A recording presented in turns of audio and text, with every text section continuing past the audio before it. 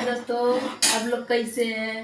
उम्मीद करते हैं कि आप लोग अच्छे होंगे। हम लोग कभी खाना बना रहे हैं। ये देखिए, हम लोग कमाते चाहे नहीं कमाते लेकिन खुश रहते हैं। और क्या बनाते हैं खाने में? शाम को दाल खिचड़ी, ये खा के हम लोग बहुत खुश रहते हैं।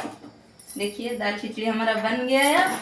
अब हम लोग, मेरा बच्ची अभी सोया है, अभी उनको जा रही हूँ मैं। कहाँ सोई है बच्ची, बता दीजिए, जरा दिखा दीजिए बच्ची को। बेडरूम में सोया है अभी। हाँ उसके बाद दिखाओ, खाना हम जल्दी लोग तीनों खाएंगे। दिखाओ कहाँ सोई है। ये देखो, मेरा बच्ची ना इधर सोई है, प्यारी सा मेरा बच्ची। ये देखो, और ये देखिए, देखिए सोई अभी। और बोलो। दाल खिचड़ी ठंडा हो जाएंगे, फिर क्या करें हम लोग। दाल ये खिचड़ी ये देखिए, सब खिलौना छीट के रखी है हमारी शिवांगी पांडे ने। 3 दिन में ना मैं राखी बनाती हूँ और 80 रुपया मतलब